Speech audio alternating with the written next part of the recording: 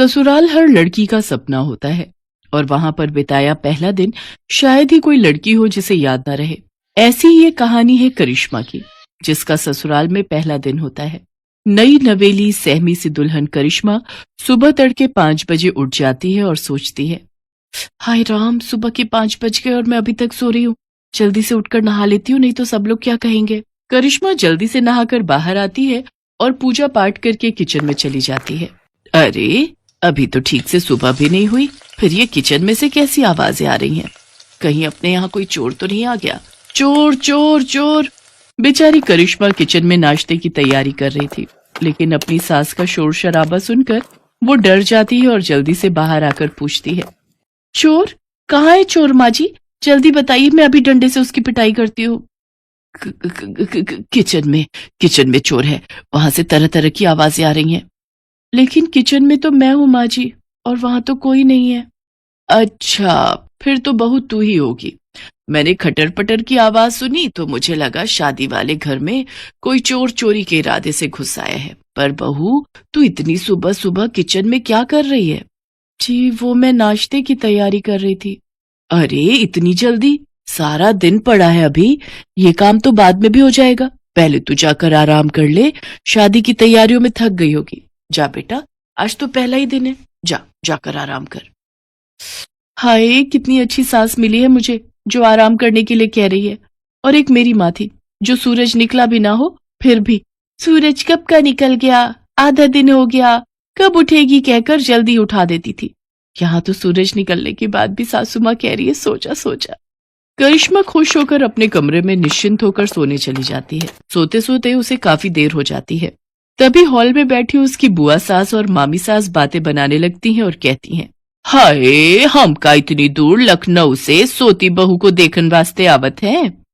अरे, आजकल की बहुएं तो सिर पर चढ़ी रहती हैं, हमारी तरह थोड़ी ना, जो ससुराल के डर से आज भी कांपते हैं। वहीं पीछे खड़ा रजत उनकी सारी बातें सुन रहा होता है। अपनी बीवी की बेइज्जती सुनकर वो उनकी बातों पर पर्दा डालते हुए कहता है, वो तो कब की उठ गई है बुआ जी, वो कपड़े समेट रही है, सारा कमरा बिखरा पड़ा है ना, लहंगा जेवर। आप तो जानते ही हो, शादी वाले घर में कितना काम हो जाता है। रजत जल्दी से अपने कमरे में जाता है और करिश्मा को उठाते हुए कहता है, करिश्मा, जानू उठ जाओ बेबी, जल्दी से उठकर नहा लो, सब रिश्तेदार बाहर तुम्हारा इंतजार कर रहे हैं। जी, मैं तो सुबह 5 बजे उठकर ही नहाकर पूजा पाठ करके नाश्ता बना लिया था, लेकिन माँ जी ने कहा अभी सो जाओ, इसलिए आकर सो गई। हाय मेरी नई नवेली दुल्हन, सुबह 5 बजे से उठी है, तब तो तुम अभी आराम कर लो। नहीं, अब मेरी नींद पूरी हो चुकी है। कहिए, आपको कुछ कहना था क्या? रजत करिश्मा को सारी बात बताता है और कहता है, अब मुझे तो ये बिल्कुल भी बर्दाश्त नहीं कि कोई मेरे सामने मेरी बीवी की बुराइयां करे। चलो अब जल्दी से तैयार होकर बाहर आ जाओ, सब तुम्हारा इंतजार कर रहे हैं। इतना कहकर रजत बाहर चला गया। हाय जी, ये क्या हो रहा है? मेरी पीठ पीछे कल तक जो रिश्तेदार मुझे आशीर्वाद दे रहे थे, आज एक ही दिन में मुझे जाने बिना मेरे बारे में अपनी राय देनी भी शुरू कर दी। फिर करिश्मा तैयार होकर बाहर आ जाती है और उनसे पूछती है, बुआ जी, मामी जी, आपने नाश्ता कर लिया? हाँ बहू, तुझे क्या लगा अगर तू खाना नहीं देगी तो क्या हम भूखे ही रहेंगे? वैसे तूने टाइम देखा क्या हुआ है? तभी वहां सरोज आ जाती है। अरे, ये बेचारी तो सुबह 5 ही बजे उठ गई थी, नहाकर पूजा पाठ कर कर सबका नाश्ता इसी ने तो बनाया था। वो तो काफी सुबह थी, इसलिए मैंने ही कहा इसको जाकर सोने के लिए। अरे दीदी, बहुओं को तो जितना दबा कर रखा जाए उतना ही वो काबू में रहती हैं। अगर जरा भी ढील दे दी तो फिर ये हाथ से निकल जाती है। ये कैसे रिश्तेदार हैं? बहू का आज पहला दिन है और उसे आशीर्वाद देने की बजाय दबाने की बात की जा रही है। मैं बहू हूं, कोई जानवर थोड़ी ना जो मुझे दबाया जाए। अभी करिश्मा इसी सोच में पड़ी हुई होती है कि तभी पीछे से आवाज आती है, भाभी, जल्दी से चलो और अपना सूटकेस खोलकर दिखाओ कि उसमें क्या क्या सामान आया है हमारे लिए। हाँ जी, चलिए सब कमरे में। अरे, कमरे में क्या चलिए, तुम अपना सूटकेस यहाँ लेकर आओ। अरे, यहाँ लाने की क्या जरूरत है? करिश्मा बेटा, जो जिसके नाम का है दे दो उसको। अच्छा पापा, ऐसा कैसे? ननद को पूरा हक है अपनी पसंद का सामान लेने का, जो रिवाज है हम तो वही लेंगे। हाँ हाँ, जैसे तेरी माँ ने तो हमें बड़ा अपनी पसंद का दिया था ना, जो तू अपनी भाभी से मांग रही है। अरे, कैसी बात कर रही हैं आप? आपने तो मेरी सबसे पसंदीदा जरकन वाली साड़ी पर हाथ रख दिया था और मैं बेचारी मना भी ना कर पाई। बेचारी करिश्मा भारी सूटकेस उठाकर हॉल में लाती है और जैसे ही उसका सूटकेस खुलता है तो उसकी पसंदीदा साड़ी उसकी ननद तान्या ले लेती है और वो बेचारी मन ही मन सोचती है, हाय ये तो मेरी फेवरेट साड़ी है। अच्छा, अब मेरे निकलने का वक्त हो रहा है, लेकिन सोच रही हूँ जाने से पहले एक बार नई बहू के हाथ का मीठा चख लूं। हाँ हाँ जरूर बुआ जी, आप बैठिए, मैं अभी आप सबके लिए हलवा बना कर लाती हूँ। हलवा नहीं भाभी, हमारे यहाँ तो मीठे में बहू खीर ही बनाती है, तो आपको भी वही बनानी है। खीर? करिश्मा की माँ ने मीठे में हलवा बनाना सिखाया था, वो भी उसने शादी से हफ्ता भर पहले ही सीखा था। हे भगवान, मैंने तो माँ से हफ्ता भर हलवा बनाने की ट्रेनिंग ली थी, लेकिन खीर कैसे बनाते हैं वो तो मुझे आता ही नहीं। एक काम करती हूँ, जो हलवे की रेसिपी है वही खीर के लिए इस्तेमाल करती हूँ। कुछ देर बाद करिश्मा खीर लेकर आती है। भुने हुए चावल की तो अच्छी खुशबू आ रही है, बस जरा दूध में चावल ठीक से मिक्स नहीं हो पाए। ये लो बहू, तुम्हारी पहली रसोई का सगुन। बुआ सोने की चेन बहू को गिफ्ट में देती है। मामी सास भी उसके लिए सोने की अंगूठी लाई होती है। आप सबने मेरी बहू को समझा, वही हमारे लिए काफी है। इन सब चीजों की कोई जरूरत नहीं थी। जरूरत कैसे नहीं थी दीदी? ये क्या तुम्हारी ही बहू है, हमारी नहीं? हाँ, इसकी अहमियत हमारे लिए भी उतनी ही है जितनी तुम्हारे लिए। बहू, अब तू थक गई होगी, जा बेटा अपने कमरे में जाकर आराम कर। करिश्मा उन सबके पैर छूकर कमरे में चली जाती है। आज शाम को बहू के मम्मी पापा आने वाले हैं, देखते हैं क्या लेकर आते हैं। वही लाएंगे जो तुम्हारे लाए थे, खाली हाथ ही आएंगे और क्या। और जो शगुन से पहले ट्रक भरकर आया था उसका क्या, वो तो आपको याद नहीं। चलो अब तो मैं चली अपने घर, आप दोनों ननद भाभी शादी के 30 साल बाद भी लड़ती ही रहो। हाँ हाँ मैं भी चलती हूँ। इसके बाद वो वहां से चली जाती है। शाम को करिश्मा के माता पिता उसके ससुराल आते हैं। अरे आइए आइए भाई साहब, बहन जी, कैसी हैं समधन जी आप? मैं तो कब से शाम होने की राह देख रही थी। कहाँ है मेरी लाडो? वो तैयार हो रही है। वैसे शाम की राह क्यों देख रही थी? अब तो एक ही घर है, पहले ही आ जाती।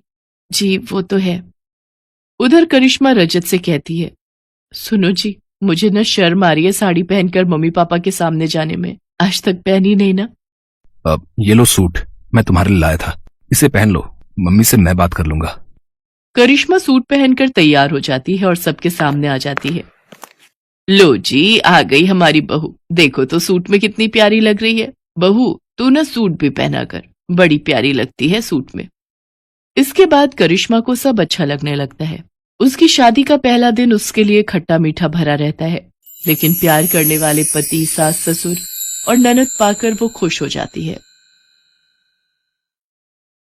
साधना की विदाई का वक्त हो रहा था, पर अचानक से साधना की बातें सुनकर सभी के रोंगटे खड़े हो गए।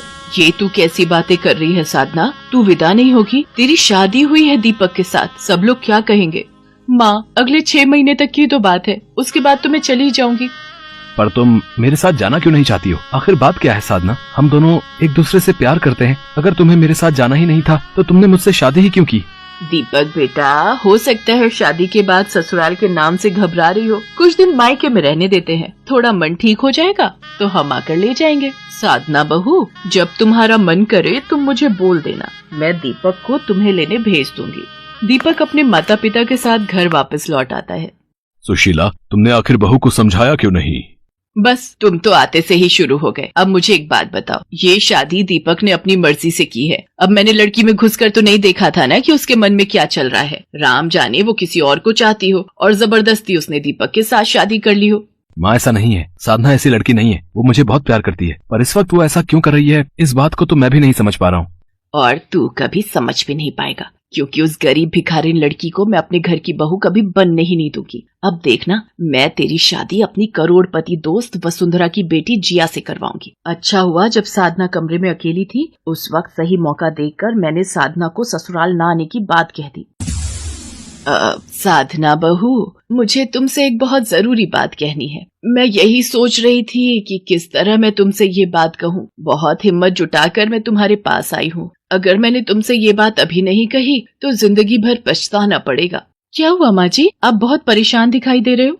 साधना बहू, हमारे पुरोहित जी का कल फोन आया था। उन्होंने मुझसे कहा कि तुम्हारी और दीपक की राशि में एक ग्रह दोष चल रहा है, इसलिए शादी के बाद अगर 6 महीने से पहले तुम ससुराल आ जाती हो तो दीपक की जान को खतरा है। अब इसलिए मैं तुमसे विनती करती हूँ कि अभी तुम ससुराल मत आना। मैं जानती हूँ ये बात जो मैं कह रही हूँ उसे पूरा करना तुम्हारे लिए बहुत मुश्किल है। साधना, दीपक हमारा इकलौता बेटा है, उसे कुछ हो गया तो हम जिंदा नहीं रह पाएंगे। मैं ये बात तुमसे अकेले में इसलिए कह रही हूँ क्योंकि मैं जानती हूँ दीपक इन सब बातों पर विश्वास नहीं करेगा, इसलिए ये बात तुम्हें सबसे छुपानी होगी और कोई बहाना करके ससुराल जाने से मना करना होगा। नहीं नहीं माँ जी, मेरे पैर मत पकड़िए, मुझे पाप लगेगा। मैं वादा करती हूँ मैं 6 महीने से पहले ससुराल नहीं आऊंगी। मैं दीपक को मना कर दूंगी। और फिर मेरा तीर सही निशाने पर लग गया। अब मैं दीपक को उस लड़की के लिए इतना भड़का दूंगी कि वो खुद उसे छोड़ने के लिए मजबूर हो जाएगा। ये सारा खेल दीपक की माँ सुशीला ने रचाया था। वो दहेज की लालची औरत थी, इसलिए वो साधना को अपनी बहू के रूप में स्वीकार नहीं करना चाहती थी। बेचारी साधना भोलेपन में आकर इन सब बातों को नहीं समझ पाई और वो लगातार दीपक से इस बात को छुपा रही थी। दीपक साधना को फोन करता था तो वो उसका फोन काट देती थी या फिर काम का बहाना करके फोन रख देती थी। दीपक साधना से मिलने जाता है। आप दोनों बैठकर बात करो, मैं चाय बनाकर लाती हूँ। साधना, आखिर तुम्हें हुआ क्या है? हम दोनों तो एक दूसरे को बहुत प्यार करते हैं। ये हमारी लव मैरिज है। हम दोनों ने एक दूसरे की इच्छा जानकर ही इस शादी के लिए हाँ की थी। शादी के बाद तुमने अचानक साथ चलने से मना कर दिया। मैं तुम्हें फोन करता हूँ, तुम मेरा फोन काट देती हो या फिर कोई काम करने का बहाना कर देती हो। आखिर तुम मुझसे दूर क्यों जा रही हो? अगर तुम्हारे मन में कोई और था तो तुम मुझे शादी के लिए मना कर देती, मैं चुपचाप पीछे हट जाता। दीपक, मैं अभी इस बारे में आपको कुछ नहीं बता सकती। ठीक है साधना, तो मैं 6 महीने बीतने का इंतजार करूंगा और उसके बाद मैं तुम्हें लेने आऊंगा। दीपक वापस चला जाता है। साधना की आंखें आंसुओं से भरी हुई थी, पर वो उन्हें छुपा लेती है। धीरे धीरे दिन बीतने लगते हैं। 6 महीने पूरे होने में थोड़ा ही वक्त बचा था। दीपक इस बात को लेकर बहुत खुश था। माँ, 6 महीना बीतने में बस 1 हफ्ता बाकी रह गया है। मैं सोच रहा था हम साधना और उसके परिवार वालों से बात कर लेते हैं, फिर हम अगले हफ्ते उसे ले आएंगे। अब मुझे इस खेल में आखिरी चाल चलनी होगी। मुझे पता है ये खेल मुझे कैसे जीतना है।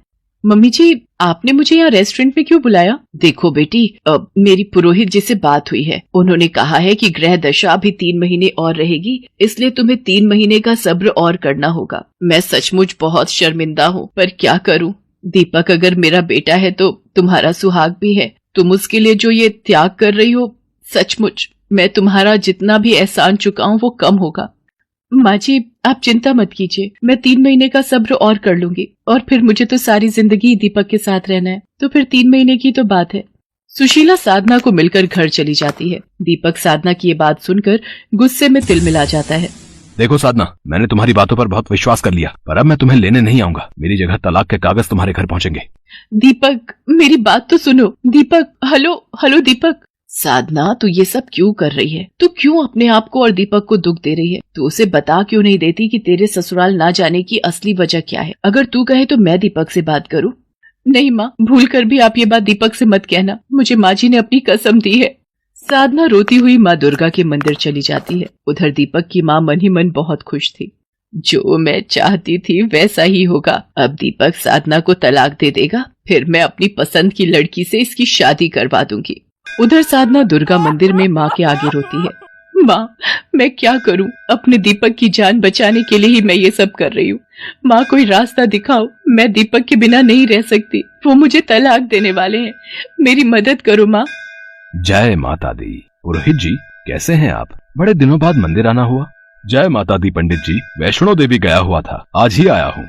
ये तो कुल पुरोहित जी हैं। इन्होंने तो माँ जी को दीपक के बारे में, क्या मैं इनसे एक बार पूछ लूं? शायद ये कोई उपाय बता दें। साधना कुल पुरोहित जी को उनके द्वारा कही बात पूछती है। नहीं बिटिया, मैंने तो सुशीला जी को ऐसी कोई बात नहीं कही। तुम्हारे विवाह के पश्चात तो मैं वैष्णो देवी यात्रा पर निकल गया था, आज ही आया हूँ। और तुम्हारे और दीपक के तो सभी गुण बहुत अच्छे से मिल गए थे। ऐसा कोई दोष तो तुम दोनों की कुंडली में है ही नहीं। क्या फिर माँ जी ने? पुरोहित जी, क्या आप ये बात चलकर मेरी ससुराल में सबके सामने कह सकते हैं? आपकी बहुत मेहरबानी होगी। हाँ हाँ बेटी, मैं तुम्हारे साथ चलता हूँ। साधना के कहने पर पुरोहित जी उसके साथ उसके ससुराल जाते हैं और सारी सच्चाई कहते हैं। इसके पश्चात पुरोहित जी वहाँ से चले जाते हैं। उनके जाने के बाद साधना फूट फूट कर रो पड़ती है। दीपक उसे संभालता है। उसके ससुर भी सुशीला की हरकत से बहुत शर्मिंदा थे। माँ, आपने दहेज के लिए मेरा और साधना का रिश्ता तोड़ना चाहा। मुझे तो शर्म आती है कि मैं आपको अपनी माँ कहता हूँ। मैं यहाँ से साधना को लेकर जा रहा हूँ। मुझे माफ कर देना पिताजी। मुझसे गलती हो गई। अब दीपक, मुझे माफ कर दो। मैं पैसों के लालच में अंधी हो गई थी। जब तू ही नहीं रहेगा तो मैं इन रुपए पैसे का क्या करूंगी। साधना बहू, इसे समझाओ कि रुक जाए। मुझसे बहुत बड़ी गलती हुई है। दीपक, हम माँ जी को इस तरह से रोता हुआ छोड़कर नहीं जाएंगे। आप इन्हें माफ कर दो। देखा सुशीला, जिस लड़की को बहू बनाने के लिए तुमने मना किया, आज वही तुम्हारा साथ दे रही है। अपने द्वारा किए गए गलत व्यवहार पर सुशीला उस दिन सचमुच बहुत शर्मिंदा थी।